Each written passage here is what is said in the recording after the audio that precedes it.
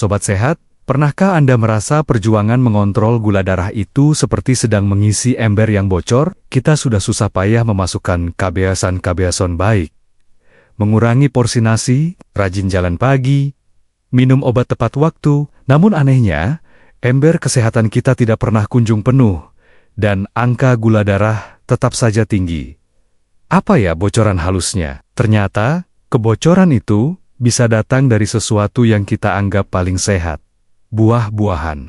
Meskipun begitu, ada juga yang berhasil menambal bocoran itu. Sobat Sehat, saya bertemu dengan Ibu Hartati di sebuah posyandu lansia di Semarang. Usianya 70 tahun, dan diabetesnya sangat terkontrol. Rahasianya, saya tetap makan buah. Mas, katanya, tapi saya tahu ilmunya. Saya pilih buah yang mana, makannya seberapa, dan kapan waktunya. Kisah beliau adalah bukti bahwa penderita diabetes pun masih bisa menikmati buah dengan aman. Kisah Ibu Hartati ini tentu memberi kita harapan. Hari ini, kita akan mempelajari ilmu seperti yang dikuasai oleh beliau. Kita akan bongkar tuntas 5 jenis buah yang menjadi bocoran halus, paling besar, dan wajib diwaspadai oleh lansia. Beberapa di antaranya mungkin akan sangat mengejutkan Anda, dan yang terpenting, kami juga akan berikan cara aman menikmati buah tanpa rasa takut sama sekali. Assalamualaikum warahmatullahi wabarakatuh. Sobat Sehat, selamat datang kembali di channel Sobat Sehat Penyakit Dalam. Jika Sobat Sehat ingin terus mendapatkan ilmu penting untuk mengendalikan penyakit dari dalam, jangan ragu untuk langsung menekan tombol subscribe ya. Sebelum kita masuk ke daftar buahnya, penting untuk kita pahami dulu mengapa buah yang alami bisa berbahaya. Jawabannya sederhana. Gula. Meskipun gula buah atau fruktosa itu alami, bagi tubuh lansia yang sensitif atau sudah menderita diabetes, gula tetaplah gula. Tubuh akan tetap mengolahnya dan menaikkan kadar gula darah. Nah, beberapa jenis buah memiliki kandungan gula yang jauh lebih tinggi dibandingkan yang lain. Musuh manis pertama yang sering kali kita puja-puja adalah mangga. Terutama jenis mangga yang sangat manis, seperti harum manis atau gedong gincu. Kenikmatan rasanya yang legit itu ternyata adalah sinyal kandungan gula yang sangat tinggi. Satu buah mangga harum manis, ukuran sedang saja bisa mengandung gula setara dengan beberapa sendok makan gula pasir. Tentu ini sangat berbahaya jika dikonsumsi dalam porsi banyak. Bahaya terbesar dari mangga bukan hanya pada buah segarnya, tetapi juga pada olahannya. Jus mangga, terutama yang dijual di pasaran, seringkali sudah kehilangan seratnya, dan ditambah lagi dengan gula atau susu kental manis. Ini mengubahnya menjadi bom gula cair yang akan menaikkan gula darah dalam sekejap. Jadi, jika Anda penderita diabetes, batasi mangga matang hanya beberapa potong kecil saja, dan jangan pernah meminum jusnya. Musuh manis kedua adalah anggur. Buah kesil-kesil ini memang sangat nikmat dan mudah dimakan. Kita bisa menghabiskan satu mangkuk penuh sambil menonton televisi tanpa terasa. Padahal, anggur, baik yang hijau maupun yang merah, memiliki kandungan gula yang sangat tinggi. 10 butir anggur saja sudah mengandung gula yang cukup signifikan. Karena ukurannya yang kecil, kita seringkali tidak sadar sudah makan dalam jumlah yang sangat banyak. Masalah utama dari anggur adalah porsinya yang menipu. Kita merasa hanya makan sedikit, padahal total gulanya sudah menumpuk. Sama seperti mangga, jus anggur juga sangat berbahaya, karena seratnya sudah hilang, meninggalkan air gula pekat yang akan langsung diserap oleh tubuh. Jika Sobat Sehat ingin sekali makan anggur, batasi dengan ketat. Misalnya cukup 5 hingga 7 butir saja dalam sekali waktu, jangan lebih. Musuh manis ketiga ini mirip seperti anggur, yaitu lengkeng dan leci. Kedua buah ini juga sangat manis, lezat, dan ukurannya kecil, membuat kita sangat mudah untuk kalap atau hilang kendali saat memakannya. Kita seringkali membuka satu persatu hingga tidak sadar sudah menghabiskan satu ikat besar. Padahal, setiap butirnya adalah sebuah kapsul gula kecil yang akan menumpuk dan menaikkan gula darah kita. Bahaya dari lengkeng dan leci terletak pada sifat adiktif atau nagih dari rasanya. Sangat sulit untuk berhenti. Hanya pada 1 atau 2 butir saja. Minuman sari buah atau sirup leci dan lengkeng yang sering ada di akora-kora juga merupakan jebakan yang sangat berbahaya. Minuman tersebut biasanya sudah ditambahi gula dalam jumlah yang sangat banyak, jauh melebihi kandungan gula alami dari buahnya sendiri. Selanjutnya, musuh manis keempat adalah sang raja buah, durian.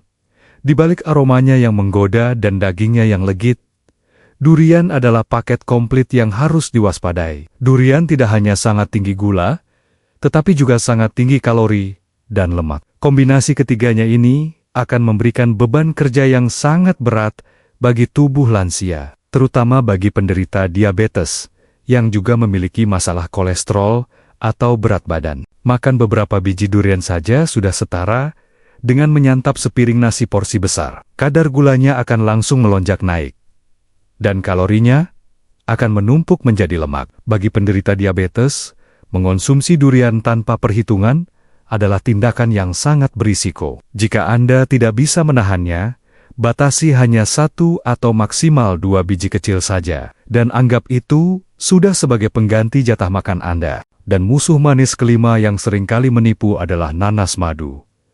Nanas biasa sebenarnya memiliki indeks glikemik sedang dan cukup aman. Namun, varietas nanas madu yang kini banyak dijual sengaja dibudidayakan agar memiliki rasa yang super manis. Sesuai namanya, rasa manisnya memang seperti madu. Namun, ini juga berarti kandungan gulanya jauh lebih tinggi dibandingkan nanas biasa, membuatnya kurang ramah bagi penderita diabetes. Selain kandungan gulanya yang tinggi, nanas juga bersifat cukup asam. Bagi lansia yang memiliki lambung sensitif, mengonsumsi nanas madu dalam jumlah banyak bisa memicu rasa perih atau tidak nyaman di perut. Apalagi jika nanas tersebut diolah menjadi selai atau manisan, yang tentu saja akan ditambahi gula dalam jumlah lebih banyak lagi, membuatnya menjadi pantangan yang harus dihindari. Nah, itulah kelima buah yang menjadi musuh manis bagi para lansia, terutama penderita diabetes. Tentu ini membuat kita jadi berpikir ulang ya. Tapi, apakah artinya kita harus takut pada semua buah? Tentu tidak. Jadi, jangan kemana-mana. Tekan dulu tombol subscribe dan nyalakan loncengnya. Karena setelah ini kita akan bahas mengapa buah tetap penting dan cara aman untuk menikmatinya. Setelah membahas buah-buahan yang perlu diwaspadai, jangan sampai sobat sehat jadi takut makan semua buah ya. Itu adalah kesalahan besar. Buah adalah anugerah alam yang penuh keajaiban jika kita memilih dan mengonsumsinya dengan benar. Mari kita ingat kembali, apa saja kekuatan super yang dimiliki buah-buahan secara umum yang sangat dibutuhkan oleh tubuh kita di usia senja. Manfaat pertama dan yang paling utama dari buah adalah kandungan seratnya. Serat ini bekerja persis seperti sapu di dalam usus kita. Ia akan membersihkan sisa kotoran, mengikat kolesterol dan lemak jahat, serta melancarkan buang air besar. Bagi lansia, pencernaan yang lancar adalah kunci dari tubuh yang sehat, bebas dari tumpukan racun, dan perut yang terasa nyaman setiap hari. Manfaat kedua adalah buah merupakan sumber vitamin dan mineral alami terbaik. Tubuh kita membutuhkan puluhan jenis vitamin dan mineral setiap hari untuk memperbaiki sel-sel yang rusak dan menjaga agar semua organ berfungsi dengan baik. Daripada bergantung pada suplemen kimia, mendapatkan vitamin dan mineral langsung dari buah-buahan utuh adalah cara yang paling alami dan paling mudah diserap oleh tubuh kita. Manfaat jarang dibahas ketiga, antioksidan. Tameng pelindung sel. Manfaat ketiga yang tidak kalah penting adalah kandungan antioksidannya. Antioksidan adalah tameng atau perisai yang melindungi sel-sel tubuh kita dari serangan radikal bebas, yaitu molekul jahat, penyebab penuaan dini, dan berbagai penyakit kronis. Buah-buahan yang berwarna-warni, seperti beri, jambu biji, dan pepaya, sangat kaya akan antioksidan pelindung ini. Manfaat jarang dibahas. Keempat, air alami, sang pembilas racun. Dan manfaat terakhir adalah kandungan air alaminya. Banyak sekali buah-buahan, seperti semangka, melon, dan jeruk, yang kandungan airnya sangat tinggi. Mengonsumsi buah-buahan ini adalah cara yang lezat untuk membantu memenuhi kebutuhan cairan harian kita. Tubuh yang cukup cairan akan membuat ginjal bekerja lebih baik dalam membilas dan membuang raken-raken dari dalam tubuh kita. Dengan mengetahui manfaat dan risikonya, sekarang kita bisa tahu siapa saja yang harus paling waspada. Kelompok pertama tentu saja adalah para penderita diabetes mellitus. Bagi Anda, kontrol porsi dan pemilihan jenis buah adalah harga mati. Kelompok kedua adalah mereka yang berada dalam kondisi pradiabetes, di mana kadar gula darahnya sudah di atas normal. Ini adalah kesempatan Anda untuk mencegah penyakit menjadi lebih parah. Selain kondisi tubuh, ada juga waktu-waktu di mana kita harus lebih waspada. Misalnya, saat kadar gula darah Anda sedang tidak stabil atau cenderung tinggi, sebaiknya hindari dulu ke-5 buah pemicu tadi. Begitu pula jika Anda sedang dalam program penurunan berat badan. Kalori dari gula buah, meskipun alami, tetap akan dihitung dan bisa menghambat usaha diet Anda jika dikonsumsi secara berlebihan. Lalu, bagaimana cara aman menikmati buah seperti yang dilakukan oleh Ibu Hartati? Kuncinya terletak pada ilmu dan strategi. Dengan beberapa aturan sederhana, kita tetap bisa mendapatkan semua kebaikan buah tanpa harus khawatir dengan lonjakan gula darah. Aturan-aturan ini sangat mudah untuk diterapkan dalam kehidupan kita sehari-hari. Mari kita pelajari bersama. Sobat Sehat, cara konsumsi aman pertama. Aturan porsi. Aturan pertama dan yang paling utama adalah batasi porsi. Untuk buah-buahan manis, seperti yang kita sebutkan tadi, porsinya harus sangat kecil. Misalnya, cukup 3-4 potong kecil mangga, atau 5-7 butir anggur, atau 1 biji kecil durian saja. Untuk buah-buahan yang lebih aman seperti pepaya atau apel, porsi yang dianjurkan adalah sekitar 1 mangkuk kecil atau 1 buah ukuran sedang per hari. Cara konsumsi aman kedua.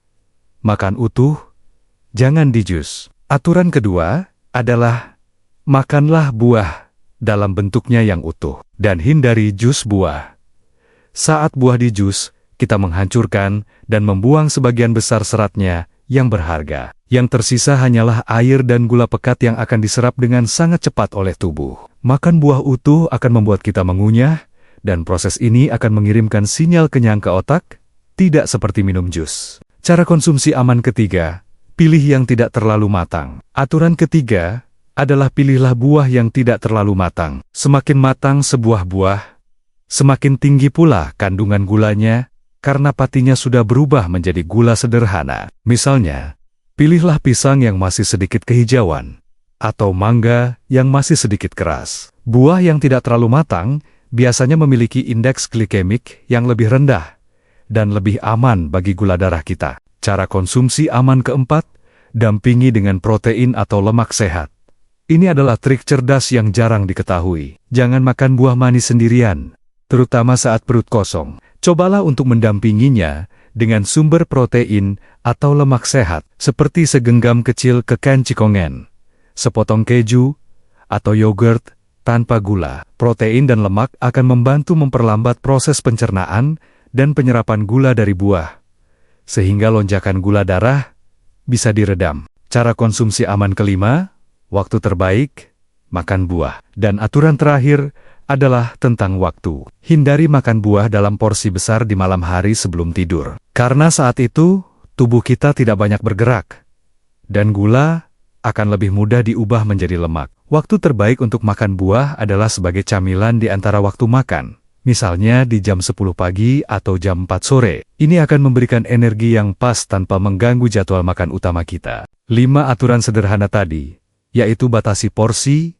makan utuh, pilih yang tidak terlalu matang, dampingi dengan protein, dan perhatikan waktunya, adalah ilmu yang akan membuat kita bisa tetap bersahabat dengan buah. Ini membuktikan bahwa yang terpenting bukanlah melarang, melainkan mengatur dengan bijaksana. Mari kita rangkum kembali semua pembahasan penting kita hari ini. Jadi, kesimpulannya, buah memang sehat, namun ada 5 jenis buah yang wajib diwaspadai oleh lansia karena kandungan gulanya yang tinggi, yaitu mangga matang, anggur, lengkeng dan leci, durian, serta nanas madu. Namun, kita tidak perlu takut pada semua buah. Dengan menerapkan 5 aturan konsumsi yang aman, yaitu porsi yang pas. Dimakan utuh, tidak terlalu matang, didampingi protein, dan di waktu yang tepat, kita tetap bisa menikmati buah dengan aman. Kisah Ibu Hartati mengajarkan kita bahwa dalam hidup sehat, ilmu pengetahuan adalah pelita. Tanpa pelita itu, kita akan berjalan dalam kegelapan. Menganggap semua yang alami itu pasti aman. Buah-buahan di pasar itu ibarat persimpangan jalan. Ada yang membawa kita ke arah kesehatan. Ada pula yang membawa ke arah penyakit.